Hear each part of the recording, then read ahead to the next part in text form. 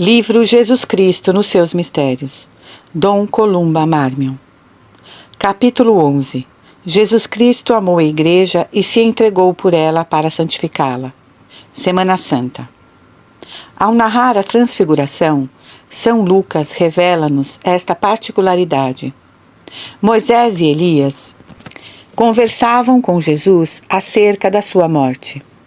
Assim, pois, no momento em que Jesus Cristo levanta aos discípulos prediletos uma ponta do véu que oculta à multidão os esplendores da sua divindade, entretém-se a falar da sua paixão e morte. Isto pode parecer estranho, mas é fácil compreender. A paixão marca o ponto culminante da obra que vem realizar neste mundo. Para Jesus, é a hora em que consuma o sacrifício que deve dar ao Pai glória infinita, redimir a humanidade e reabrir aos homens as fontes da vida eterna. Por isso, nosso Senhor, que desde o primeiro momento da encarnação se entregou inteiramente à vontade do Pai, deseja ardentemente ver chegar o que chama de a sua hora, a hora por excelência. Devo ser batizado num batismo, e quanto anseio até que ele se cumpra. Jesus está ansioso por ver chegada a hora em que poderá abismar-se no sofrimento e sofrer a morte para nos dar a vida. É certo que não quer adiantar-se a esta hora. Submete-se plenamente à vontade do Pai. Mais de uma vez, São João nota que os judeus tentam deitar-lhe a mão e matá-lo. Nosso Senhor escapa sempre, mesmo por milagre, porque não é chegada a sua hora. Mas, logo que chega essa hora, Jesus Cristo entrega-se com o maior ardor, apesar de conhecer de antemão todos os sofrimentos que devem despedaçar-lhe o corpo e a alma. Desejei com o maior ardor comer esta Páscoa convosco, antes de sofrer a minha paixão. Chegou finalmente a hora, há tanto tempo esperada. Contemplemos Jesus nessa hora. Esse mistério da paixão é inefável. Tudo nele é grande, até nos mais pequenos pormenores, como tudo, aliás, é grande na vida do homem-deus. Aqui, sobretudo, estamos no limiar de um santuário onde não podemos entrar, senão com fé viva e profundo respeito. Um texto da Epístola de São Paulo aos Efésios resume os pontos essenciais que devemos considerar neste mistério. Jesus Cristo amou a Igreja e se entregou por ela para santificá-la e apresentá-la a si mesmo toda a glória, sem mancha nem ruga, nem coisa semelhante, mas toda santa e imaculada. Nestas palavras está indicado o próprio mistério da paixão. Jesus entregou-se a si mesmo. E o que é que o levou a entregar-se? O amor. É esta a razão profunda do mistério. Amou a Igreja. E o fruto desta oblação de si mesmo por amor é a santificação da Igreja. Cada uma destas verdades reveladas pelo apóstolo encerra para as nossas almas tesouros de luz e frutos de vida. Contemplemo-las por alguns instantes. Veremos em seguida como devemos participar da paixão de Jesus para aproveitarmos esses tesouros e colhermos esses frutos. O amor foi o móbil que levou Jesus Cristo a suportar os sofrimentos da paixão. Diz São Paulo que Jesus Cristo amou a Igreja. A Igreja aqui significa o reino daqueles que devem, como diz o mesmo apóstolo, formar o corpo místico de Jesus. Cristo amou esta Igreja e foi, por tê-la amado, que se entregou por ela. Foi o amor que imperou na paixão. Sem dúvida, antes e acima de tudo, foi por amor ao Pai que Jesus quis sofrer a morte na cruz. É o que ele diz explicitamente. O mundo deve saber que amo o Pai e cumpro a sua vontade, que é entregar-me à morte. Vede Jesus na agonia. Durante 3 horas, o tédio, a tristeza, o temor e as angústias caem sobre sua alma como torrente, invadindo-a a ponto de lhe fazer jorrar o sangue das sagradas veias. Que abismo de dores nesta agonia! E que diz ao Pai: Pai, se é possível, afasta-se de mim este cálice. Mas então Jesus Cristo não aceitava a vontade do Pai? Está claro que sim. Esta prece é o grito da sensibilidade da pobre natureza humana torturada pelo tédio e pelo sofrimento. Naquele momento, Jesus é, sobretudo, um homem ferido de dor. Nosso Senhor sente cair sobre seus ombros o peso horrível da agonia e quer que o saibamos, por isso faz esta oração. Mas ouviu que logo acrescenta: No entanto, ó Pai, faça-se a tua vontade e não a minha.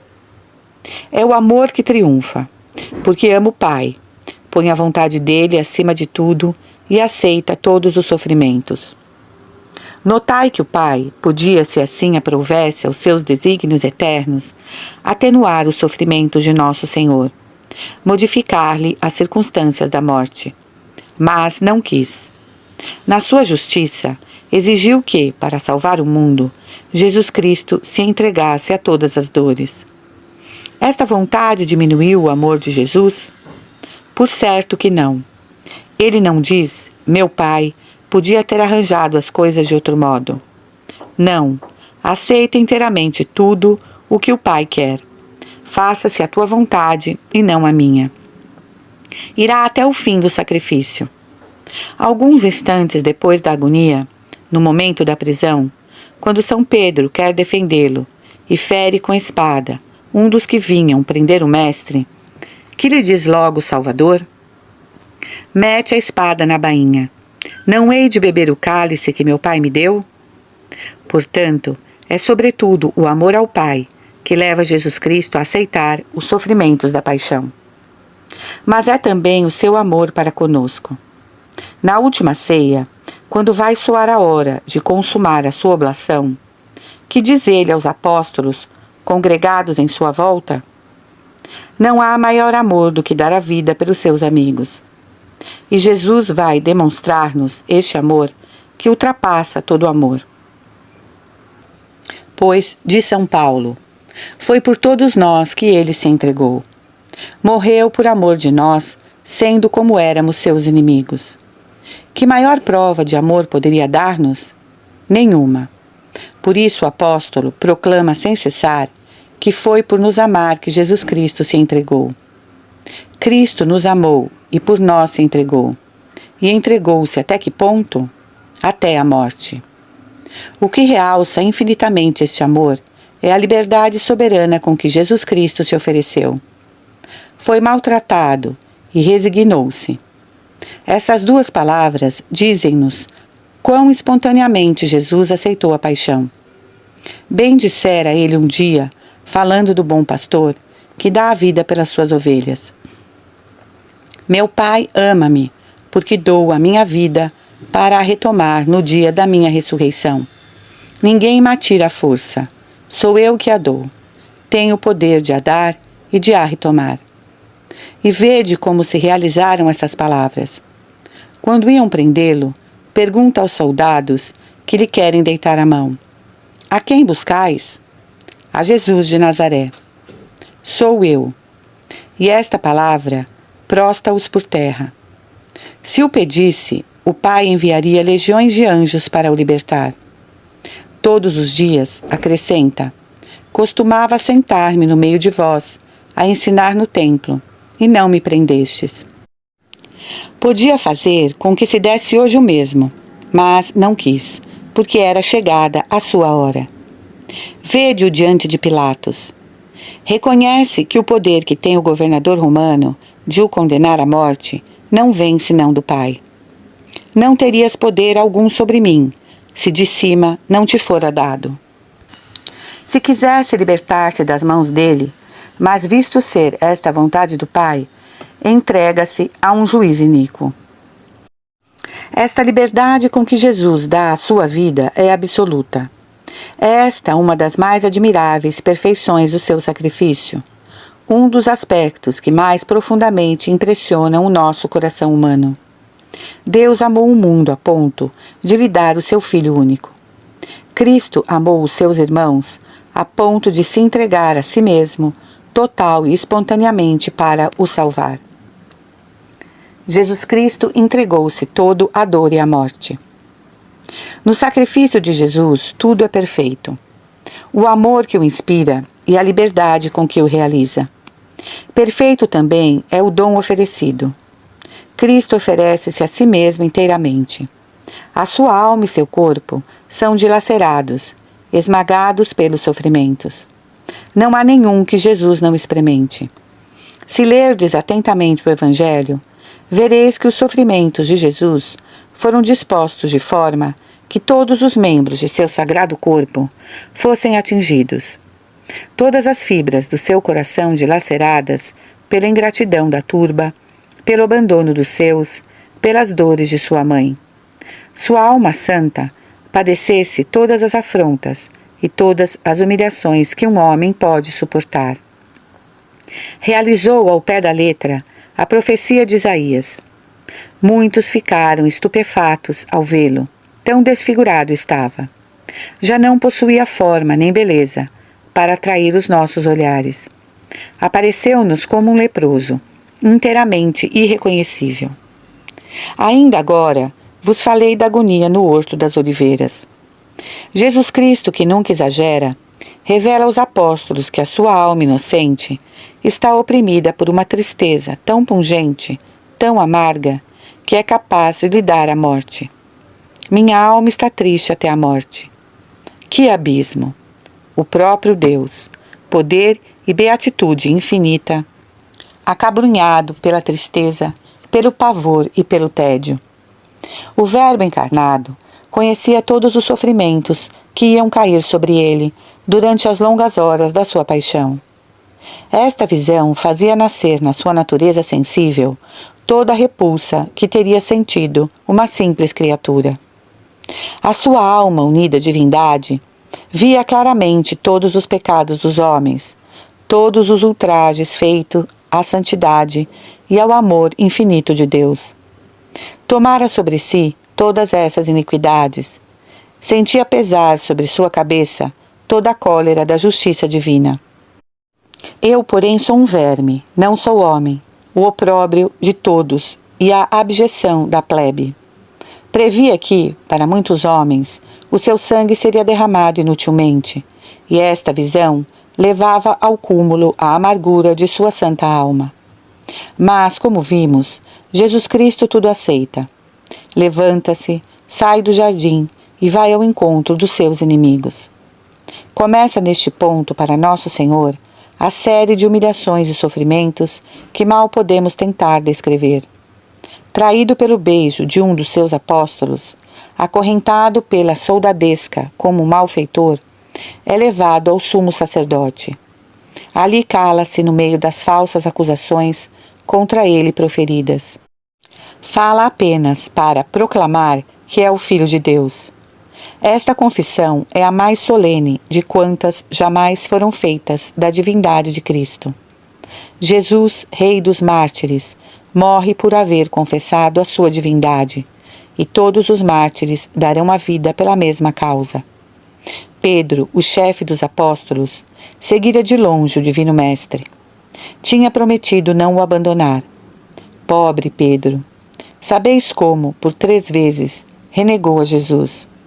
Foi esse, sem dúvida, para o nosso Divino Salvador, um dos mais profundos sofrimentos daquela terrível noite. Os soldados guardam Jesus e cobrem-no de injúrias e maus tratos. Não podendo suportar aquele olhar tão meigo, vendam-lhe os olhos e dão-lhe bofetadas. Tem até a ousadia de manchar com vis escarros aquela face adorável que os anjos contemplam extasiados. O Evangelho mostra-nos em seguida como Jesus foi conduzido, logo de manhã, ao sumo sacerdote, depois arrastado de tribunal em tribunal. Foi tratado por Herodes como louco e insensato, ele que é a sabedoria eterna. O açoutado, por ordem de Pilatos. Os algozes ferem sem dó a vítima inocente, cujo corpo se torna logo uma chaga viva. E tão cruel flagelação não basta a estes homens. que já nem homens são. Enterram na cabeça de Jesus uma coroa de espinhos e cobrem-no de escárnios. O covarde governador romano imagina que o ódio dos judeus ficará satisfeito vendo Jesus Cristo naquele triste estado e apresenta-o à multidão. Eis o homem. Contemplemos neste momento o Divino Mestre, mergulhado nesse abismo de sofrimentos e humilhações, e pensemos que o Eterno Pai também nolo apresenta dizendo: Eis aqui o meu filho, o esplendor da minha glória, ferido por causa dos crimes do meu povo. Jesus ouve os gritos daquela populaça enfurecida, que prefere um bandido a ele, e que, em paga de todos os benefícios que dele recebeu, reclama sua morte. Crucifica-o, crucifica-o. É, pois, pronunciada a sentença de morte, e Jesus Cristo, tomando em seus ombros feridos a pesada cruz, dirige-se para o Calvário. Quantas dores não lhe estavam reservadas ainda! Ver sua mãe tão ternamente amada, e cuja dolorosa aflição compreende melhor do que ninguém, ser despojado de suas vestes, ter as mãos e os pés cravados, sentir uma sede ardente. Sofreu também os odiosos sarcasmos dos seus piores inimigos. Tu que destróis o templo de Deus e o reconstróis em 3 dias, salva-te a ti mesmo e acreditaremos em ti. Salvou os outros e não pode salvar-se a si mesmo. Enfim, o abandono por parte do Pai, cuja santa vontade cumpriu sempre. Meu Deus, por que me abandonaste? Bebeu realmente o cálice até o fim, realizou até os pormenores de tudo o que fora predito. Por isso, depois de cumprir tudo, pôde proferir o seu consummatum est. Sim, tudo está consumado. Só lhe resta entregar a alma ao Pai. Inclinou a cabeça e rendeu o espírito. Quando a Igreja, na Semana Santa, nos lê a narrativa da paixão, interrompe-a neste ponto para adorar em silêncio. Prostremo-nos com ela, adoremos esse crucificado que acaba de exalar o último suspiro. Ele é realmente o Filho de Deus. Sobretudo, tomemos parte, na Sexta-feira Santa, da adoração solene da cruz, que deve, no espírito da Igreja, reparar os inumeráveis ultrajes feitos à divina vítima pelos seus inimigos no Gólgota. Durante essa impressionante cerimônia, a Igreja põe nos lábios do Salvador inocente exclamações comovedoras. Aplicam-se ao pé da letra ao povo deicida. Podemos ouvi-las, dando-lhes um sentido espiritual, e farão nascer em nossas almas vivos sentimentos de compunção. Ó meu povo, que te fiz eu? E em que te contristei? Responde, que devia fazer por ti, que não tenha feito? Plantei-te como a mais bela das minhas vinhas, e não tens para mim senão amargura. Pois tendo eu sede, deste-me a beber vinagre, e com uma lança atravessaste o lado do teu Salvador. Por amor de ti, castiguei o Egito em seus primogênitos, e tu açoitaste-me. Para te tirar do Egito, afoguei o faraó no Mar Vermelho, e tu entregaste-me ao príncipe dos sacerdotes. Abri-te passagem pelo meio das ondas, e tu abriste meu lado com uma lança. Fui à tua frente numa coluna luminosa, e tu levaste-me ao pretório de Pilatos. Alimentei-te com o maná no deserto, e tu feriste-me com bofetadas e açoites. Dei-te um cetro real, e tu colocaste-me na cabeça uma coroa de espinhos.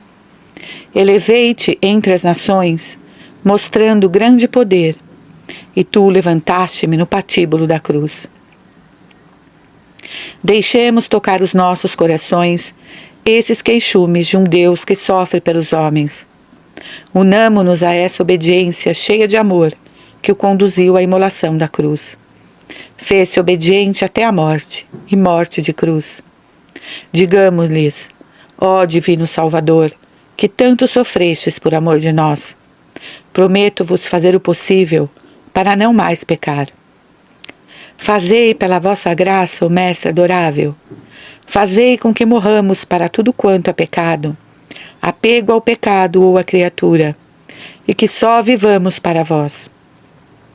Pois, como diz São Paulo, o amor de que Jesus Cristo nos deu prova, morrendo por nós, deve fazer com que aqueles que vivem já não vivam para si, mas para aquele que morreu por eles. Como é que Jesus Cristo, pela sua imolação, santifica a Igreja? O sacrifício de Jesus Cristo, iniciado na encarnação, está consumado. Do lado de Jesus, trespassado pela lança, saem as fontes de água viva que vão purificar e santificar a Igreja. Tal é o fruto perfeito desta perfeita imolação.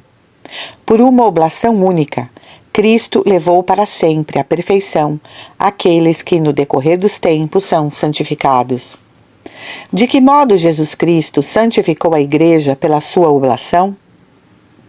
Como sabeis, a nossa santificação consiste essencialmente numa participação da natureza divina pela graça santificante.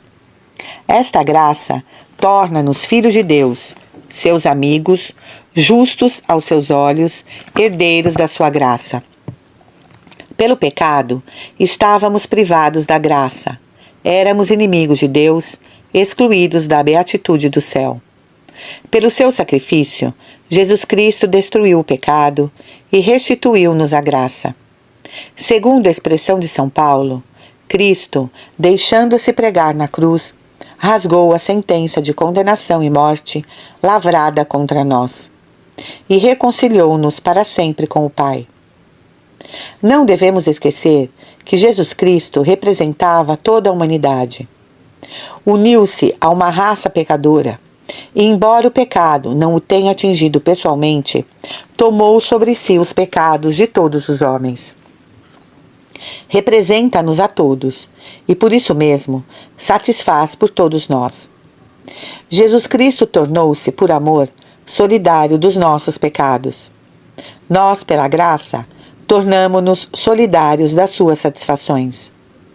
Além disso, Jesus Cristo mereceu para a sua Igreja todas as graças de que ela necessitava para formar a sociedade que Ele quer, sem mancha nem ruga, mas santa e imaculada. Efetivamente, o valor desses merecimentos é infinito. Por quê? Porventura os seus sofrimentos, por mais extensos e profundos que tenham sido, não tiveram limites? Claro que sim, mas aquele que por eles satisfez para nós a nossa dívida é Deus, e ainda que tenha padecido apenas em sua natureza humana, essas dores e o mérito que importa são de Deus. Eis porque o seu valor é sem limites. Nosso Senhor Jesus Cristo mereceu, portanto, para nós todas as graças e todas as luzes. A sua morte abriu-nos de novo as portas da vida, transportou-nos das trevas à luz, e é a causa da nossa salvação e da nossa santidade. Uma vez chegado ao seu termo, tornou-se autor da salvação eterna para todos os que lhe obedecem.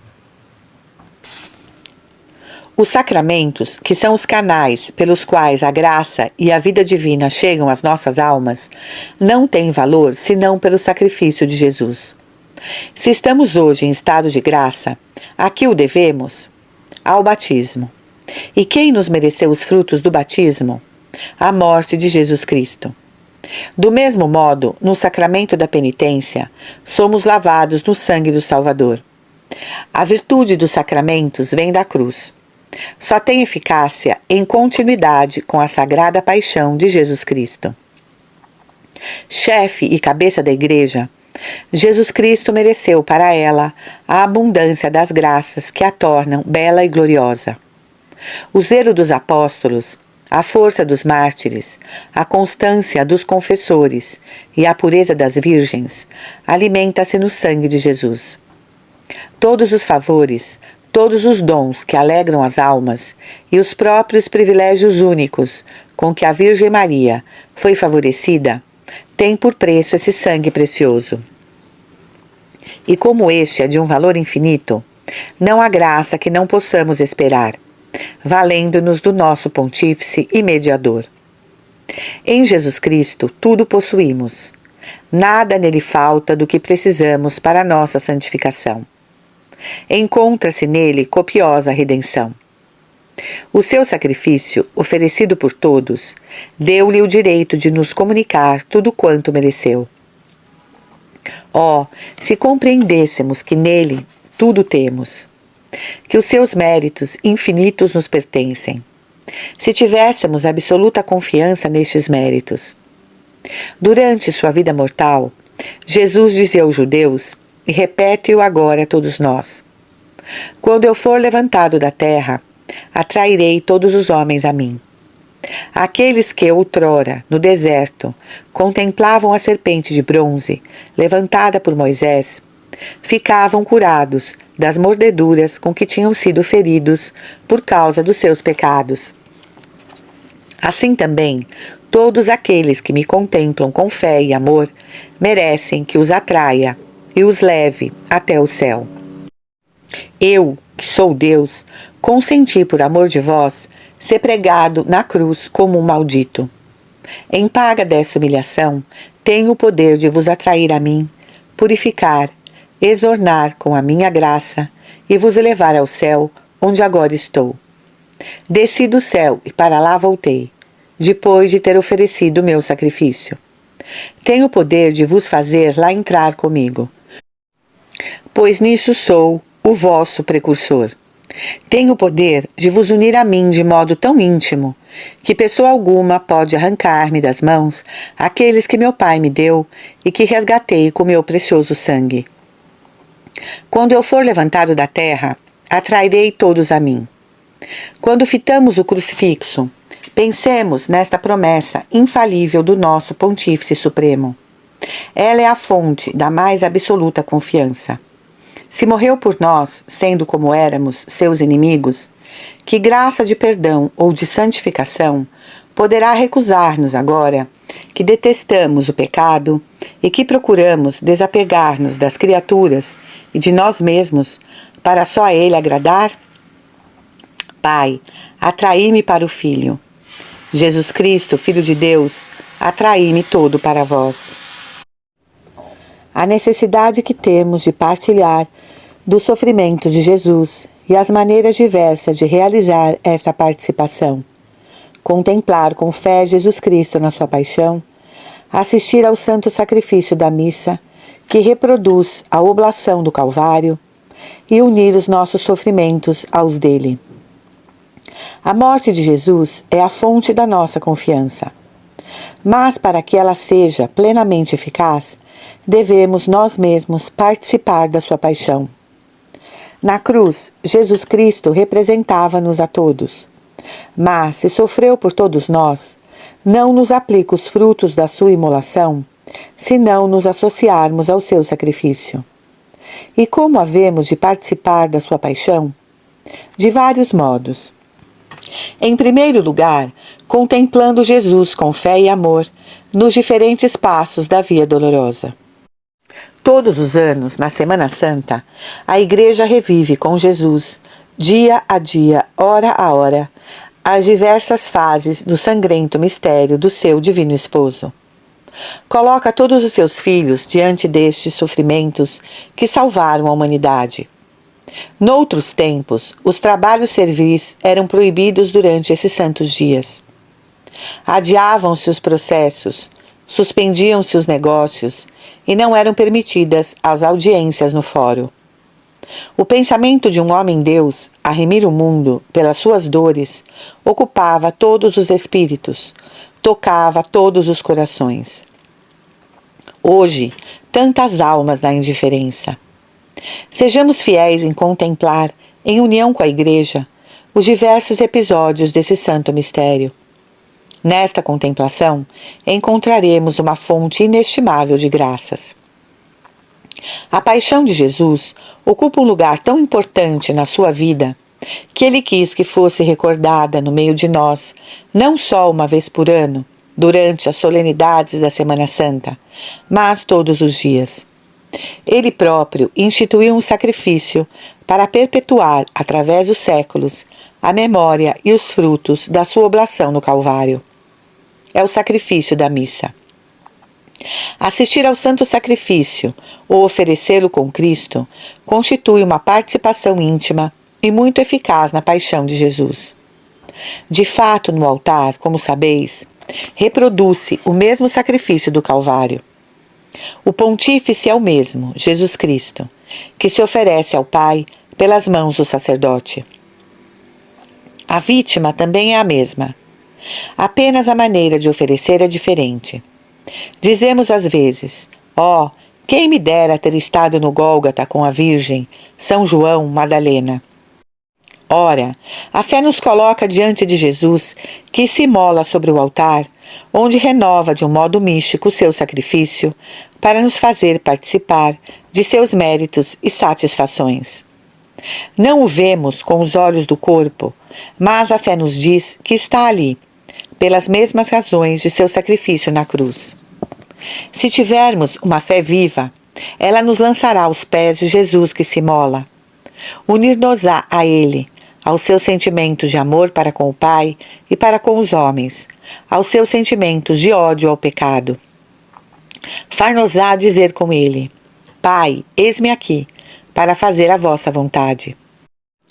Imbuir-nos-emos destes sentimentos, principalmente se, depois de nos termos oferecido com Jesus, nos unirmos a Ele pela comunhão sacramental. Cristo, então, dá-se a nós, como aquele que vem satisfazer e destruir em nós o pecado. Na cruz, fez-nos morrer consigo para o pecado, como diz São Paulo. Fui crucificado com Jesus Cristo. Naqueles instantes supremos, Jesus Cristo não nos separou de si. Deu-nos o meio de destruir em nós o reino do mal, causa da sua morte, para que fizéssemos parte da Assembleia Santa e irrepreensível dos eleitos. Finalmente, podemos ainda associar-nos a este mistério, suportando, por amor de Jesus Cristo, os sofrimentos e adversidades que nos envia nos desígnios da sua providência. Quando Jesus se dirigia para o Calvário, sucumbiu, vergado sobre o peso da cruz. Vemos humilhado, fraco e prostrado por terra aquele que é a própria força de Deus, segundo a Escritura. Não tem forças para levar a cruz. É uma homenagem que a sua humanidade rende ao poder de Deus. Se quisesse, Jesus podia, apesar de sua fraqueza, levar a cruz até o Calvário. Mas, neste momento, a divindade quer, para a nossa salvação, que a humanidade sinta a sua fraqueza, a fim de nos merecer a força de suportarmos os nossos sofrimentos. Deus também dá a cada um de nós uma cruz para levar, e cada qual pensa que a sua é a mais pesada. Devemos aceitá-la sem discutir, sem dizer: Deus podia mudar tal ou tal circunstância da minha vida. Nosso Senhor nos diz: se alguém quer ser meu discípulo, tome a sua cruz e siga-me. Nesta aceitação generosa da nossa cruz, encontraremos a união com Cristo. Porque, notai bem, levando a nossa cruz, levamos realmente uma parte da de Jesus. Considerai o que narra o Evangelho. Os judeus, vendo a sua vítima desfalecer e receando que não chegasse ao Calvário, obrigam Simão Cirineu a ajudar o Salvador. Como disse, Jesus Cristo podia, se quisesse, tirar da sua divindade a força necessária. Consentiu, porém, em ser ajudado. Quis mostrar-nos, assim, que cada um de nós deve ajudá-lo a levar a cruz. Nosso Senhor nos diz: aceitai esta parte dos meus sofrimentos, que na minha divina presciência vos reservei no dia da minha paixão. Como havemos de recusar aceitar das mãos de Cristo essa dor, essa contradição, essa provação, essa adversidade, beber algumas gotas do cálice que ele próprio nos apresenta e que foi o primeiro a beber? Digamos, pois, sim, divino mestre, aceito esta parte de todo o coração, porque vem de vós. Tomemo-la por amor dele e em união com ele. Sentiremos por vezes os nossos ombros vergarem com o peso. São Paulo confessa que certas horas da sua existência eram tão cheias de tédio e de contrariedades que a própria vida se lhe tornava pesada. Mas, como grande apóstolo, contemplemos aquele que nos amou até se entregar por nós.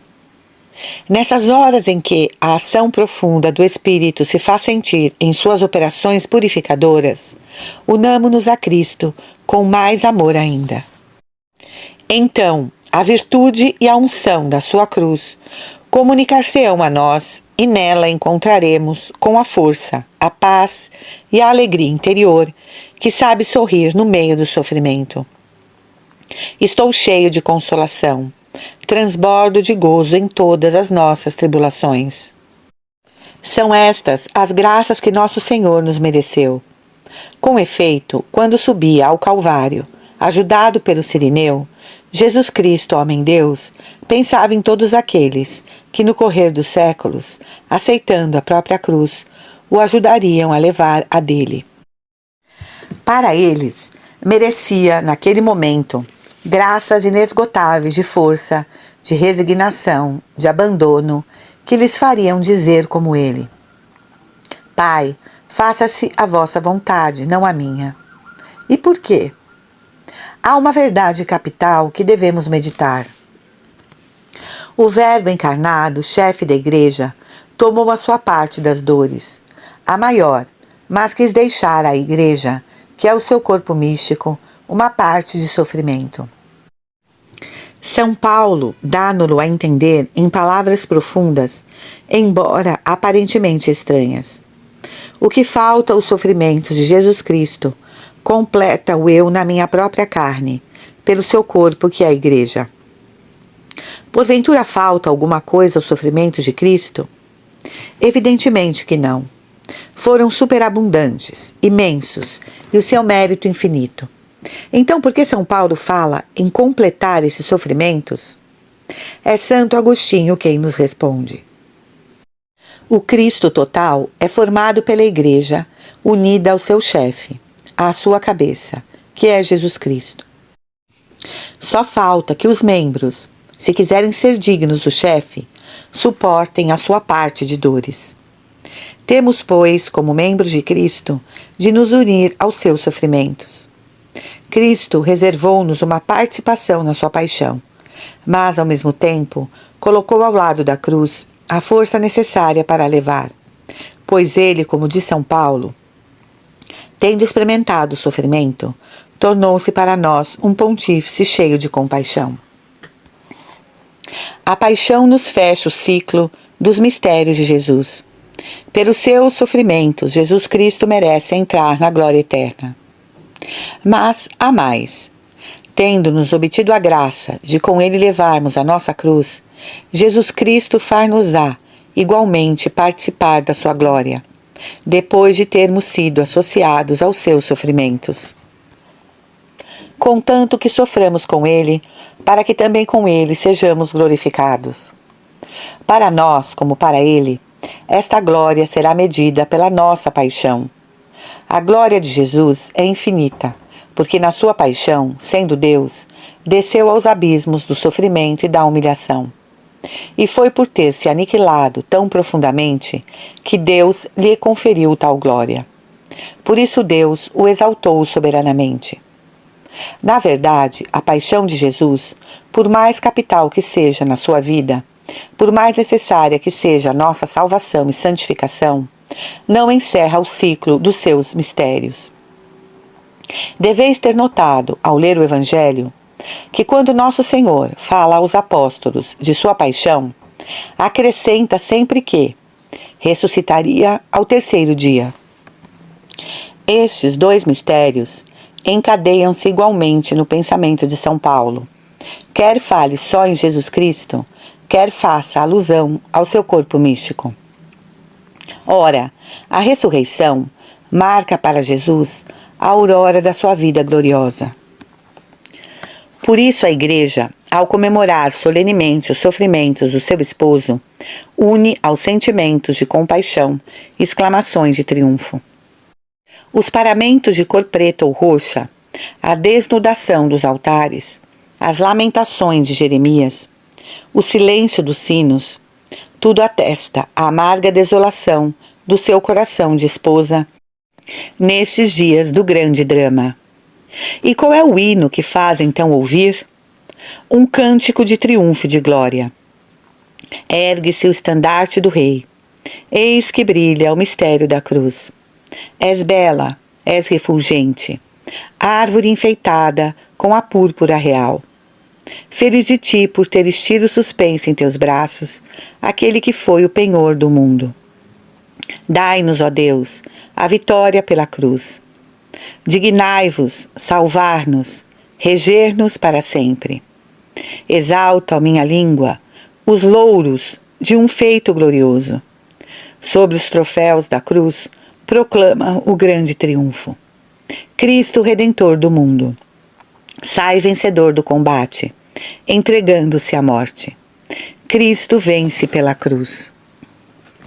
A cruz representa as humilhações de Cristo, mas desde o dia em que Jesus nela foi cravado, passou a ocupar o lugar de honra nas nossas igrejas.